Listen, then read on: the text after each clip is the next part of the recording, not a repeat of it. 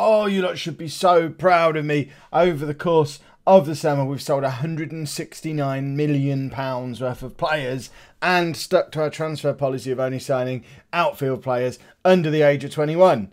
Kev's doing it properly for once. Huzzah! We might have spent £323 million, but that's beside the point. Hello and welcome to part 13 of Gunning for Glory. I'm Kev, and coming up on today's episode, we're going to have a look at all the comings and goings over the course of the summer transfer window. There was much more after those ones I showed you in the last episode. Plus, we have our first Premier League game of the season, which is away against Tottenham, which seems a bit harsh. I mean, in our first 4 games, we're playing both Tottenham and Chelsea. That's a tough start. But before we get into any of that, let's have a look at our summer transfers. I know you can see them all right there now, but I'm going to go through them and pretend that you can't. So we've sold a lot of players. Some of them for not as much money as we'd have hoped for, but we've kind of made the best of the situation that we were in and just moving a few players on. The big headline one is that we've sold Alexis Sanchez to Barcelona for £73 million with the option for that to go up to £86 million. I think that is a good piece of business. It fits in with the original transfer plan we had when I arrived. We'd already signed his replacement in the shape of Asensio, and if I could have done, I'd have sold Ozil as well, because he's getting on a bit, and we're trying to move on all the older players and bring through younger players to replace them. Aside from that, we just kind of moved on players who weren't going to be part of our first team for next season, which means I think I made the mistake of transfer listing them, because I think maybe some of them, the likes of Jack Wilshere, maybe Coquelin, maybe Giroud, if I hadn't have transfer listed them, we might have got offers anyway. But I was really keen to move them on, so I went to the step of transfer listing them. And I think that's kind of backfired, and I'll learn from that and not do it again. But we sold Lucas to Leicester for £17.5 million. Jack Wilshere joins him at Leicester for £18 million. So we've effectively done a swap with Leicester where they get Lucas and Jack Wilshere, we get Kelechi Iheanacho, and not really much in the way of money changes hands. Who got the better of that deal? I think we got the better of that deal. Giroud goes to Monaco for £13 million. Carl Jenkinson to Watford for £4.5 million. El Neni went to Lyon for £14.5 million. Coquelin to Paris Saint-Germain for £16.5 million. All of these have got potential future fees attached to them as well. Then we've got Sanchez. Cazorla we've sold to AC Milan for £2.3 million. That one I think you'll probably give me a little bit of stick for, because he's better than £2.3 million.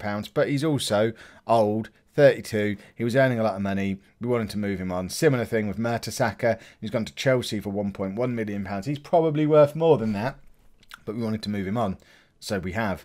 And Joel Campbell's gone to Stade Rennais for £8 million. Then there's a few loans that have gone out as well, the likes of Holding and a few others. And then the players who came in. You've already met most of these. Iheanacho, Sessegnon, Ter Stegen, Kluivert, Diawara. They're all players that I'd already arranged before the end of the season. We introduced you to all of them in the last episode, so we're not going to go through those again. But then, when you bring in £169 million and you're Kev, you get a little bit carried away. And I went out Wonder Kid shopping again. So in addition to them, we've also brought in Renato Sanchez. He comes in from Bayern Munich for £54 million. He's the reason I sold Cazorla, because once we got the offer for... I think it was once the offer for Sanchez came in, I thought, well, if we are actually selling Sanchez, I really wanted this other I need a Sanchez. So we got him for a little bit less than what we originally agreed with them when we were trying to choose between him and Diawara.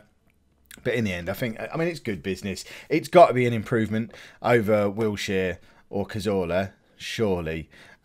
We also signed a direct replacement for Alexis Sanchez as well, in the shape of Gabriel Barbosa, who comes in from Inter Milan for £43.5 million. I couldn't resist. I remember how good he was for me at AC Milan last year in the Milan mission.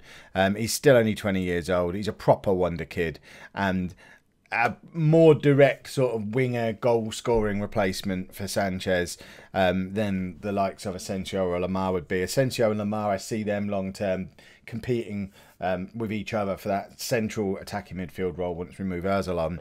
Whereas on the wings, we've already got Welbeck and Walcott, but then we've now got Barbosa and Kluivert, who can add to the competition for places out on the wings. Plus, what's his face? Reece Nelson, and the other lad whose name escapes me, the left winger. What on earth is his name? What is your name? Do we have a name? Begins with an I, and I just can't.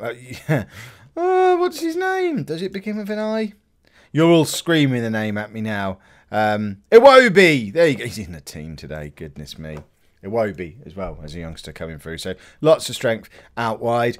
This guy we probably have overpaid for, Jonathan Tah. 21-year-old German international who comes in from Leverkusen.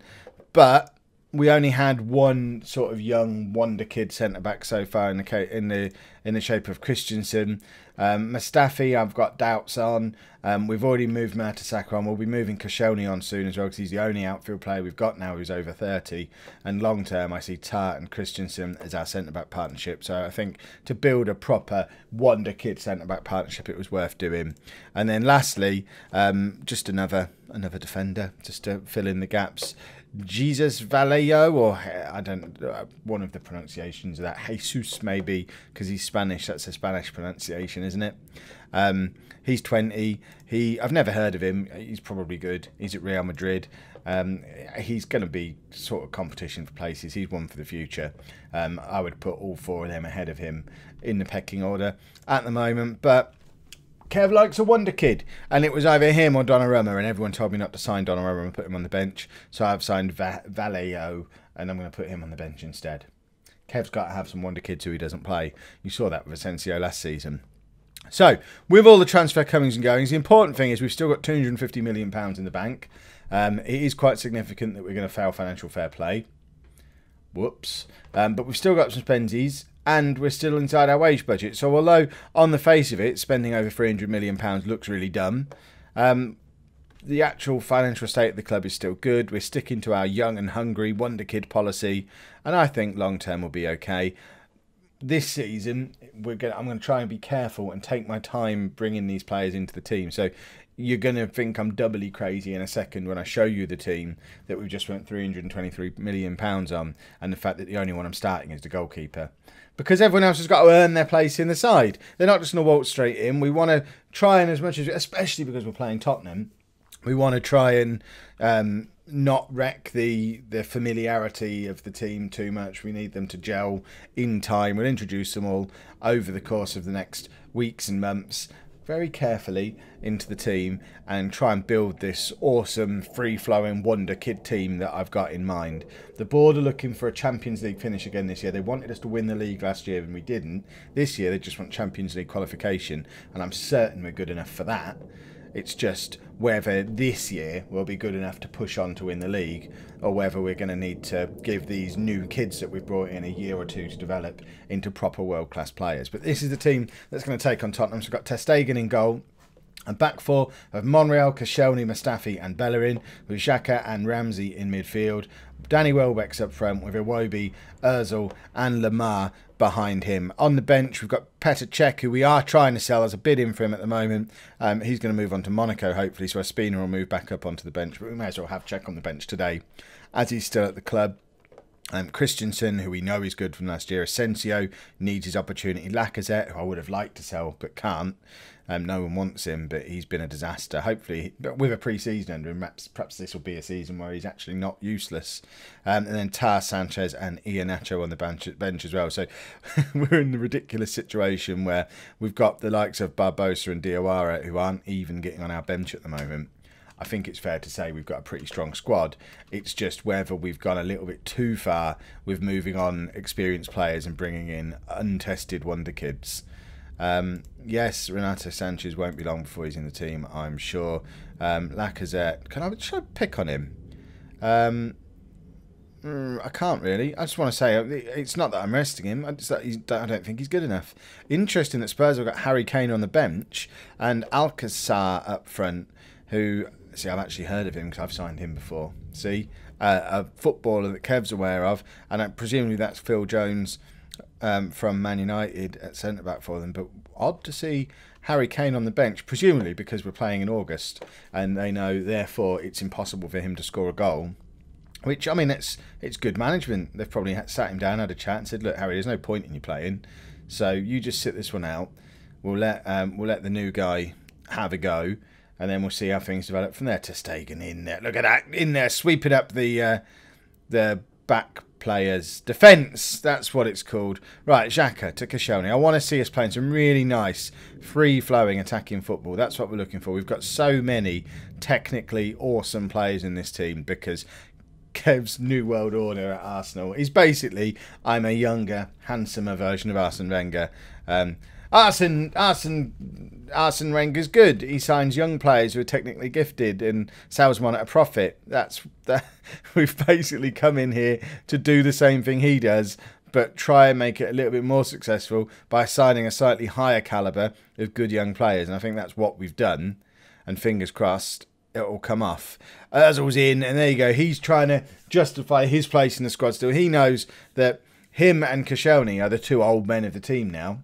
They're where our experience is coming from. Everyone else is under 25, I think, in the squad. Welbeck might be pushing 26.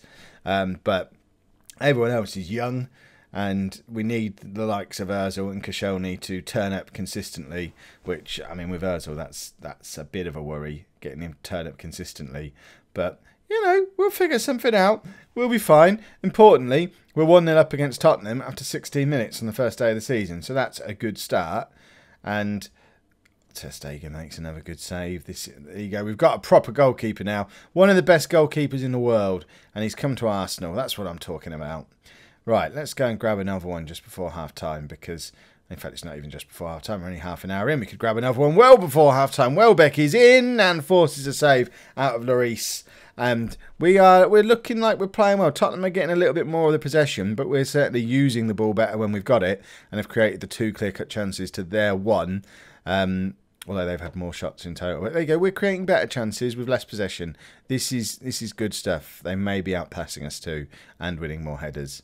I think we're just being a bit more clinical than them, which is ironic, really, considering how we ended last season with a distinct inability to score goals. They've just had that striker sent off, haven't they? So Alcazar has been sent off. Is Harry Kane number 10 for Spurs? Is that who's just come on? Surely that's not Harry Kane. No, that's Ericsson. What number have they taken Harry Kane's squad number off of him as well? What has Harry Kane done? Is he on his way out of the club, presumably?